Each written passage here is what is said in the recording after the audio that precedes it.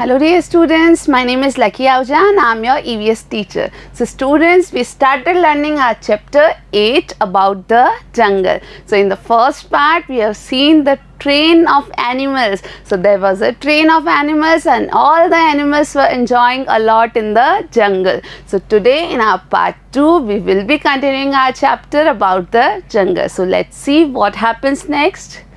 So today, Sejal, Tanvi, Prakash and Bunty are visiting the Ranthambore sanctuary with Mamaji.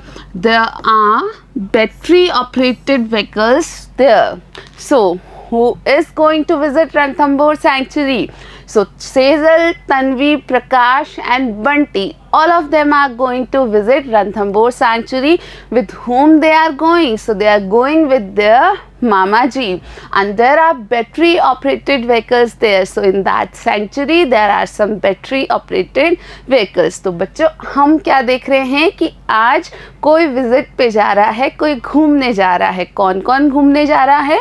सो सेजल, तन्वी, प्रकाश और बंटी जो आपके जैसे प्यारे प्यारे बच्चे हैं, ये सभी घूमने जा रहे हैं. कहाँ घूमने जा रहे हैं? रणथंबोर घूमने जा रहे हैं. और रणथंबोर की जो सैंक्चुरी है वो हमारे राजस्थान में बहुत प्रसिद्ध स्थल है पर्यटकों के लिए. तो वहाँ जो जा रहे हैं बच्चे, वो किसके साथ जा रहे हैं? मामा जी के साथ जा रहे हैं. और ख़ास बात ये है कि वहाँ उस सैंक्चुरी में क्या मिलते हैं? बैटरी से चलने वाली गाड़ियाँ मिलती हैं. तो ऐसा क्यों है? क्यों वहाँ बैटरी से चलने वाली गाड़ियाँ मिलती हैं? So we will be going to answer this question in our later side. So let's move.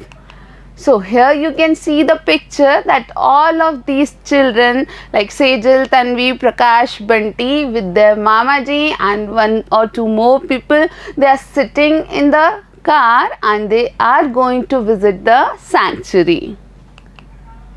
So they will sit in these vehicles and make a trip of the sanctuary. These vehicles neither emit smoke nor cause noise.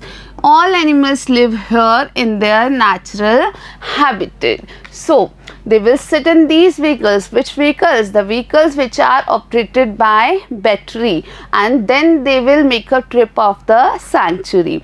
And these vehicles neither emit smoke and nor cause any kind of noise, and that is important, and that is the reason why these vehicles are kept for the trip to the sanctuary.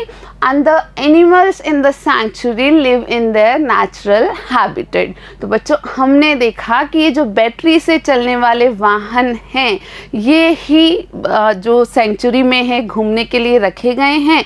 क्यों रखे गए हैं? क्योंकि इनसे कोई धुआं नहीं निकलता, यानी इनसे प्रदूषण नहीं होता है, और साथ के साथ ये किसी भी प्रकार की आवाज़ नहीं करते हैं. So they don't cause any kind of noise. और इस कारण ये जो जानवर हैं वहाँ उनको परेशान नहीं करते हैं. तो सेंचुरी वास्तव में एक ऐसा स्थान होती है, ऐसी जगह होती है जहाँ कई सारे जानवर अपने प्राकृतिक जो स्थान है वहाँ निवास करते हैं. और यहाँ खास बात यह है कि कभी कभी वहाँ हम जा सकते हैं, घूमने के लिए जा सकते हैं, और वहाँ जाने पर हमें उन जानवरों को देखने के लिए अलाउ होता है और हम उनके साथ कुछ भी नहीं कर सकते. So all animals live here in their natural habitat, यानी सभी जानवर वहाँ उस सैंक्चुरी में अपने प्राकृतिक स्थान में ही रहते हैं. तो उन्हें किसी भी प्रकार की समस्या ना हो, परेशानी ना हो, इसीलिए क्या किया जाता है? ऐसे वाहन रखे जाते हैं वहाँ घूमने के लिए जो ना तो प्रदूषण करते हैं, यानी ना तो वो किसी प्रकार का धुआं छोड़ते हैं, और ना ही वो आवाज़ करते हैं. So this is all about this things. We will move to next slide. So Mahesh Bhaiya, who knows a lot about animals in the sanctuary, is also there with the children. So children saw a herd of black bugs. So what they saw?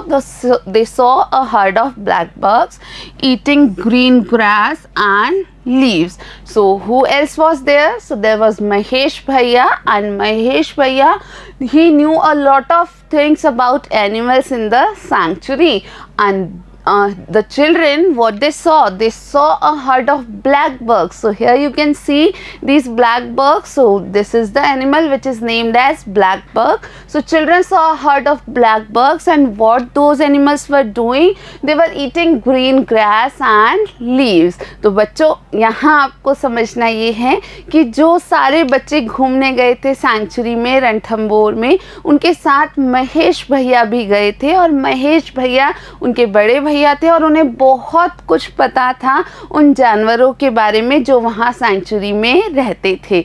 अब क्या हुआ कि बच्चों ने black bugs को देखा। So these are the black bugs. तो black bugs को बच्चों ने जब देखा तो वो बहुत खुश हुए, और उन्होंने क्या देखा कि वो जो ब्लैक बग्स हैं वो घास खा रहे थे और कुछ पत्तियां भी खा रहे थे। So these are the black bugs you need to remember students. Let's move. So Bunty said something. What he said?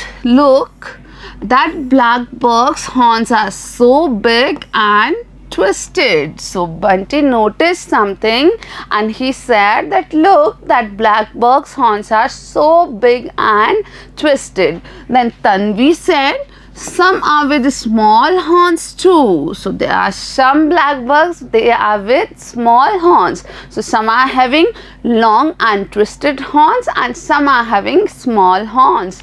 Then Mahesh Bhaiya said, children, you made good observations. So Mahesh Bhaiya appreciated children and he said that you made good observations.